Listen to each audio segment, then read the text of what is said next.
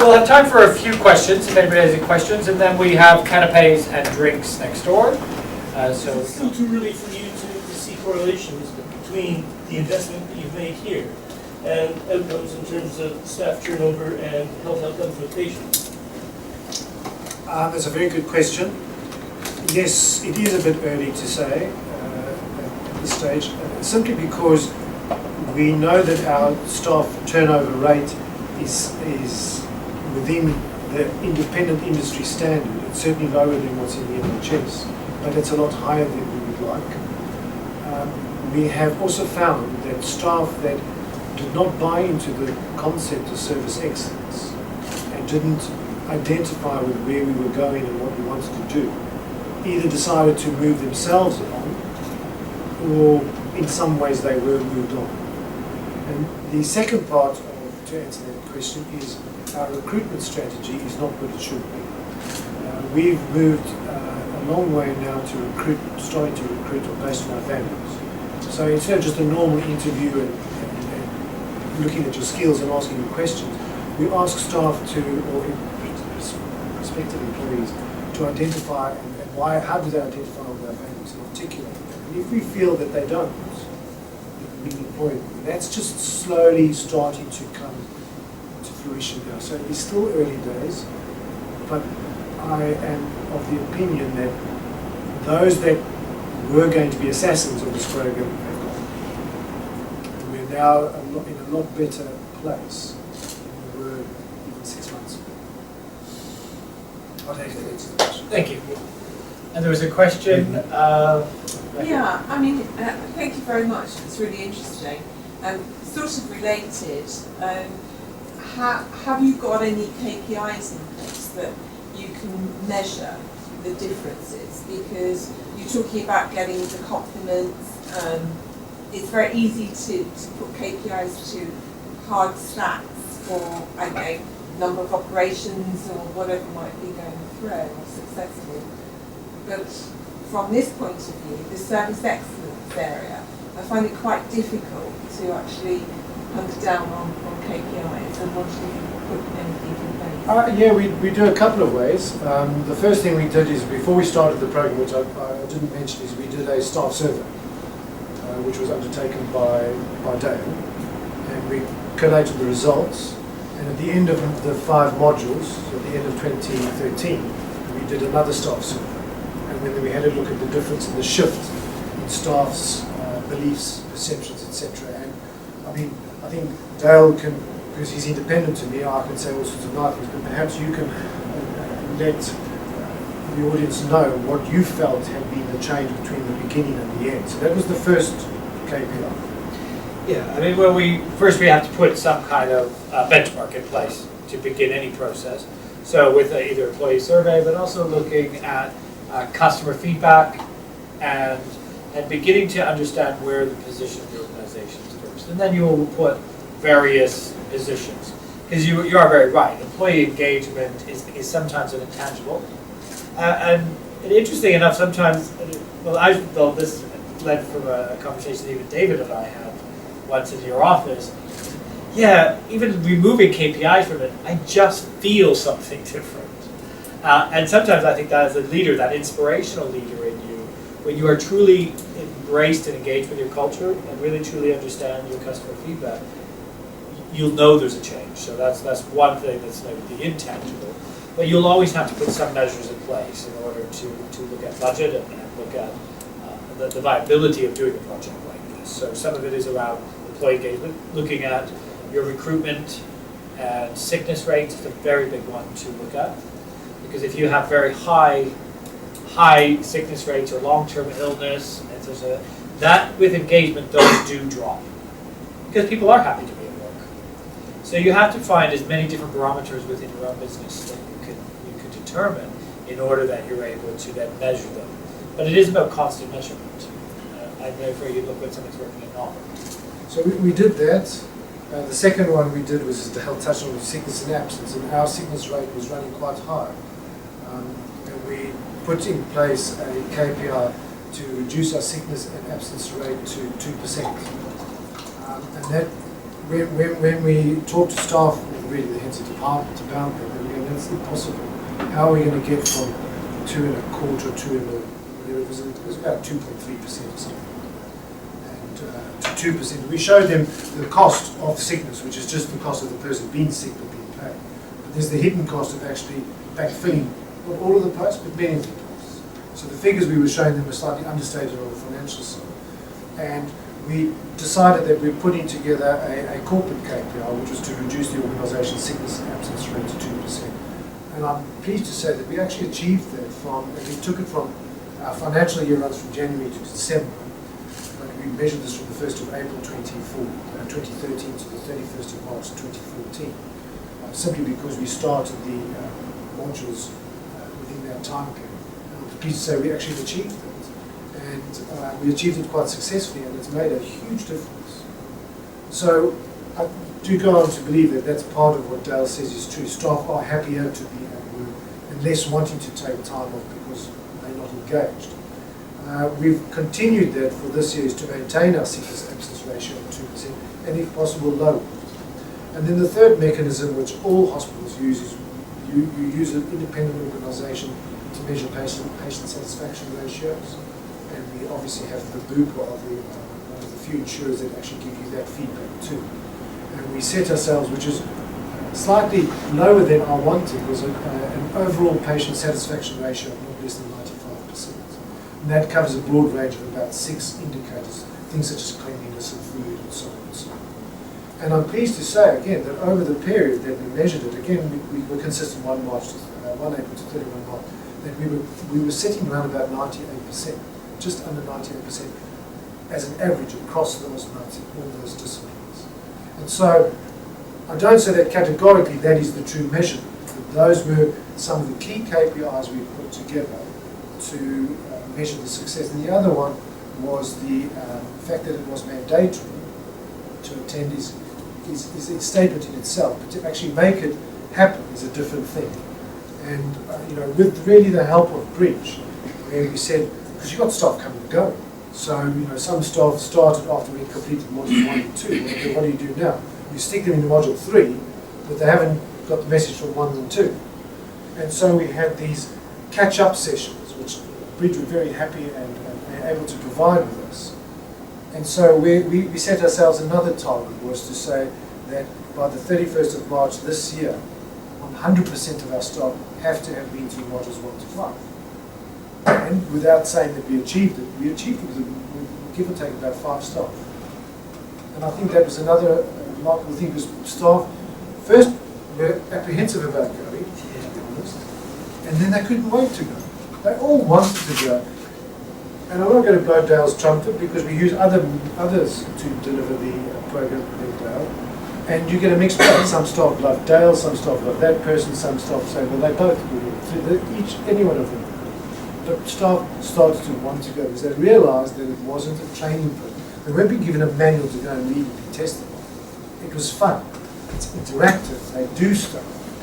And the other thing I didn't touch on, which helped in terms of making them want to go, is we mixed it up. So I go to a module with people from all disciplines, and I don't like to say levels because they're all the same, but throughout the organisation. So people's only sitting next to someone saying, I know your facts, but I don't know anything wrong.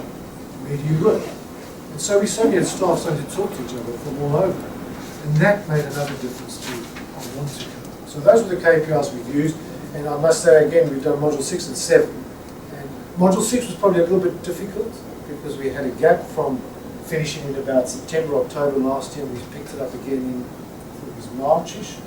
So it was a bit of a gap, and that we've realised if you leave it for too long without reinforcing that message, the program loses a bit of momentum. 6 was a bit of a hassle to get going, but 7 really came home again. The staff loved 7, and I think this module 8 would be another key moment. And I honestly think that we can demonstrate, and we'll do another staff satisfaction survey, and I hope that it shows a further improvement. It's a long way of answering your questions. Yeah. Yeah, you've got it then. Hi, I'm Lloyd Noble. Just a couple of related questions. Touched upon those points. first is, pop-on effect. When all these staff are getting all this attention to these training programs, they're responding to them. And then you said there was a gap in module 6, and things diminished a bit here to pick up the momentum again. But what happens when all these modules get over? That's the first part of the question. And then the staff are changing again. For 3-4 years' time, you have 25% new staff, maybe. What about those people? And then, at some point in time, you might decide that you need another job, and you go off to your next challenge.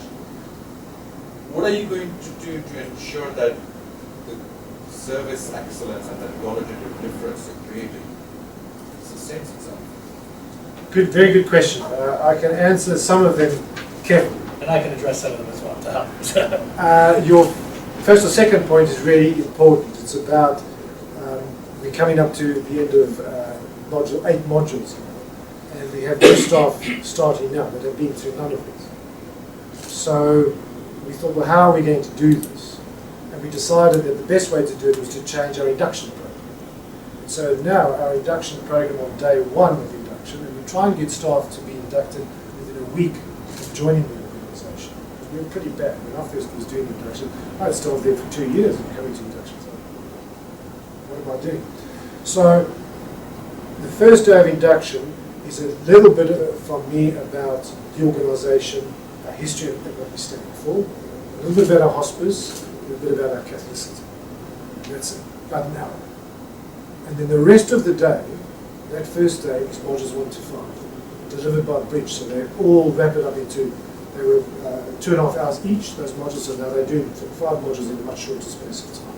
So the staff are then told, this is the way that we expect staff to be, this is who we are, this is our attitude to delivering service and what service excellence to us means. We want you to recognise this is what it's about.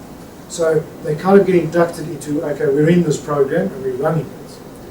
And subsequently as well, for staff that have joined and have been through that, and have missed, say, modules 6 and 7, we again have a catch-up. So now when we do module 8, we have a catch-up session 6, 7, and 8. So then staff, all staff, get up to module 8. Staff that join when we finished 8, we've decided we will do a 2-day program where they'll get a whole day and a half, I think it is, I might be wrong, to do all the 8 modules. And that's a big ask for us, because that's taking staff out of the organisation and money to take them through, so that we don't let anybody who comes into the organisation not get what we've embarked on. And we're very clear about that everybody has to do that, so they go buy into what we're doing. To sustain it, I think is going to be a challenge. It is about a culture change. It is about staff believing that what we're doing makes a difference, makes us stand out, and makes people want to come to us. And I don't know if any of you here are in the healthcare business, but I can certainly tell you that 2013 was one of the most difficult years we've had. The first 6 months were diabolical. It was like the whole market had collapsed. And we were seriously, as a single organisation with no big brother, just we have a board of governors who meet 4 times a year. So we actually are running our business. I'm responsible for that. That's why I said I'm a custodian. We thought to ourselves, where are we going to end up with this? We can't sustain this. We don't have such deep pockets. So it was a really trying and testing time. But the second half for us was from the sublime to the ridiculous. We just took off, and we haven't stopped. And I speak to other CEOs of hospitals, and they'll say, yes, we're also doing well, but they're not. I know we are doing better. I know we are busy. And consultants tell me, I want to come to a hospital because of who you are, the quality of care you get, just your attitude to business. So I think it's about embedding that culture in staff, getting them to believe that what we're doing is the Claridge's model, and letting them buy into that. It's not easy because you will have churn, but I learned a big lesson in, as I said, the sort of 6 months. That we let it, we did. It was like, we've done so much. Let's just take a breather. Then it's Christmas and it's New Year. Wait, no, it's March, and it was wrong. Because you, as the leader, you've got to drive it home day in, day out, as hard as it is. Can I also address something to that as well? May I just add something? Because I worked in Ghana for 10 years. Before that, I did process excellence and service excellence in 10 different industries. And what I found the key to making change stick was, someone mentioned key performance indicators. You have the measurement of those indicators embedded in the process, in the way you do things, so that every day, every week, week in, week out, there's feedback on how you're doing. And it's not that people are answering surveys or things like that. The data is being picked up in the process, so that there is not just the indirect feeling, but this tangible evidence of that change beginning to take place. And if it starts slipping, again, there's tangible evidence to saying, hang on, something's not right here. Let's try and figure out what's going wrong. And that is what I've seen makes the change stick and survive people coming into it. I think that's the next stage where this program might need to go. So one of the things we did, which might add to some of that, which is a bit controversial, I guess, and at times really difficult, is we said to staff, I addressed the staff and I said, we're going to introduce 5 corporate KPIs. That if as an organisation we meet 100% of those KPIs, every single staff member will get a bonus of £500. We talk about 500-ish staff, maybe a bit more, will each get £500, irrespective of who you are.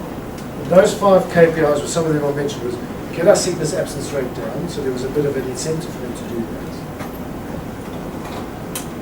100% attendance through these modules. It was 100% of performance appraisals, because we do appraisals every year. So every staff member had to do an appraisal, which identifies their needs, training needs and development needs. It was the patient satisfaction of not less than 95%. That's not as high as what I'm thinking. But we had 5 KPIs. We met them, the staff got their £500 because they didn't believe them. But how are you going to do this? And we paid it. They all got it in their this year's April paycheck, including their uplift, which is similar to what the NHS put. And we said, you know what, we'll continue this in 2014. With the same measurements, we're going to add the next one is that it's self-paying. So if our budgeted profit is £1,000 for the year, the bonus cost us £200, we have to make a surplus of £1,200. So we can pay the bonus and we still need budget. So there's your incentive. And things such as sickness and absence and patient satisfaction are key to enable us to deliver a 5-star service. The staff have worked damn hard, and I'm proud to say we delivered on those 5. 6 staff didn't make it in modules, we made it. And I agree with what you say. There's a long way for us to go. It scares me as to how we are going to continue this journey. It scares me that I may not be there, that sometimes as a chief executive, it's not your choice. I want to be there, and I want to continue this journey, and I've got lots of ideas, but it's a massive effort. Every single day you've got to be up against it. I sometimes am crazy because I see things that I wonder why other people don't see. So I take on board what you say. I don't have an answer, and I would be totally wrong to stand up and say we've got all the answers. I said at the beginning, we've only just started the journey, and I'm really excited about it. It scares me that we've taken an organisation quite far. There are many, many hurdles to overcome. And if you've got any ideas, help me. Well, I could lose my. Yeah. But just to address that one point back again, is that is what one of Bridge's philosophies is always be handy on the plans. Because we don't want to have an organisation totally dependent on us. For 2 reasons. It doesn't keep us fresh if we move in. But also it should be part of our philosophy to be always handy on the organisation. So when you look at excellence making a difference, it has a logo, it has a name, it has a mission, it is a brand. So it's a brand that sits inside a brand. So that's really what you are creating, is you're creating an employee and employer brand that sits inside the business. So it behaves like every other brand. You can have KPIs on it, you can have anybody, it grows and shapes if it's organic within your organization. So it doesn't have to be training. It could be excellence awards, it could be speeches, it could be many things. So that's why what we do as a business is we create an employer brand for you to have in your business that you develop alongside us until it becomes self-sufficient. That inherently, as it grows, should then look at you focus on your employee, you look at your recruitment, your induction, all should have the same premise as your internal brand. So that's really when you're saying, do I need to be here, David? No, we don't need to be here. Excellence making the difference becomes something that doesn't need always us to control it. It has a personality and identity of its own. We are the founders and we are working and we are growing and shaping the child. But if you create a very strong internal brand that you use both from your employee and your employer brand, then no, you don't need to always be that. It's like the brand didn't need 150 years of a hospital, it started somewhere. So Yeah, the other thing we've done, which I didn't mention, is we've identified about 60 staff, which is the heads of departments and their deputies, as staff that will go through what Dale says, ultimately and they have already done this, quite a bit of the coaching sessions and various other programs and initiatives that eventually will, out of 60, we might end up with, I don't know, give or take, say 20 champions, service excellence champions, who will be able to deliver what Bridge have been delivering themselves internally to our own staff. And that's what Dale says, it should perpetuate itself. it's a brand, and a brand behaves like any other brand, whether it be a commercial brand or an employer brand. If you believe brands are alive, which I do, then you have to grow and organically shape them. So the KPIs sit inside the brand, like it does everything else, because the brand has its own behavior. And that's where, to go back to your original question, do we need to be there? No, we grow and shape the brand. I think the founder of most organizations, they eventually have to retire. But when they retire, the brand doesn't have to go, because the brand becomes an identity of its own. And I believe that, and when looking at that logo, the color scheme again of the logo, it is the hospital blue, and the pink is the hospitals. And the hand is the hospital, and the heart is the hand is the hospital, and the heart is the hospitals. And it's the two of them shaping and growing into one. And so even it has its own storyboard. It's not just a pretty logo. That logo itself is an identity of the two organizations joining as one, with one vision of offering services. And that's where then you begin to shape an employee brand. Did that help address that? Thank you. And there was a question here. And then we're going to do some drinks, I think. Did you get Richard? I'm sorry. I did. I was going to ask a version of sustainability, which I think you addressed really well. But could I just focus on one little bit instead, which is this invitation to go to the module. I really love the idea of a personal postcard. It's very personal, and it's very inviting and welcoming. And I think it's great. I haven't come across it before. The only thing that I'm curious about in your context is it's a mandatory program. Did you have anyone who said thank you for the kind invitation? I've rolled up up. The notion of an invitation. I wouldn't have done it for a mandatory program, but it's worked okay for you, has it? Yeah, that's a good question. Yeah, it is a good question. About it like that. I mean, I love it. But you can't refuse. Well, yeah, I mean, how did you then, do your, this is mandatory, you had over 99% attendance? Well, yeah, I don't know if I can answer it in that way. We decided that it had to be mandatory because it had to touch all staff. So they were told that from the beginning. How did we make sure that they knew what session to attend? Because as I said, we just mixed it up. We got heads of department just booking that, and we created a system and they just booked their staff in. It was on a first come, first served basis. So it was, although it is an invitation, it was more, this is your module that you're going to, this is the time that you are, and session you are to attend. And at the back of that invitation it had a couple of words about the module and what we would do. So it was, this is the journey, and that's your time slot. So it sounds like the context of the invitation was through the management line, so that the number one thing that we often get with training is if you're a facilitator in any way, you say, what would you like to get us today? My manager told me I had to be here. So the invitation is very timely, So it's basically telling them in advance of this, it gives them a little bit of information. And it's designed to make them feel like a participant, as opposed to, and then all of a sudden, the mandatory never became an issue. It's not. It never even been brought up, because they were invited to be a participant. And I am working on this project. We do it with most of our programs, a form of invitation. And yeah, it's really about getting that participation from people.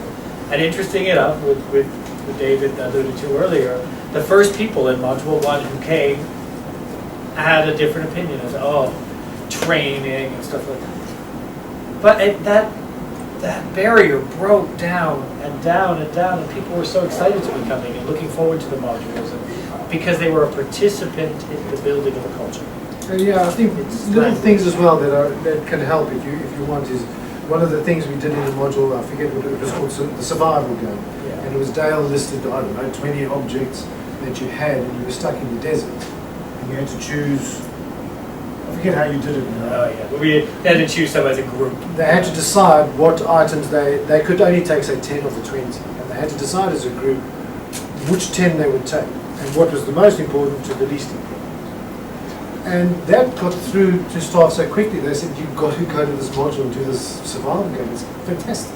And then Dale came and said, okay, this is really the answer. This is why you would take this item, etc. And so because it was interactive, people started to talk about it, say you must go because it's actually quite fun. It's not a training, it's not about saying you must do A, B, and C. It's learning about ourselves. And then working with groups of people that potentially you wouldn't come across in that context. You might see them from time to time, hello, that's it. Now you are going to be involved with people that, from catering through to management, through to estates, to porters, to car park, to concierge, all together.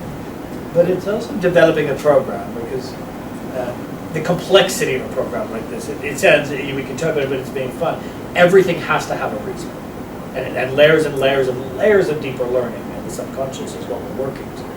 Because it's not just saying, let's do a fun game. It's about what are the deeper layers of learning, and how do they embed into the culture. Because what you are doing with each one of these, and how everything has to link on a storyboard, it's growing a child, and the culture is growing. So, and I think this is not to sell Bridge in any way, but where I think a lot of organizations fail is people think they can do it themselves.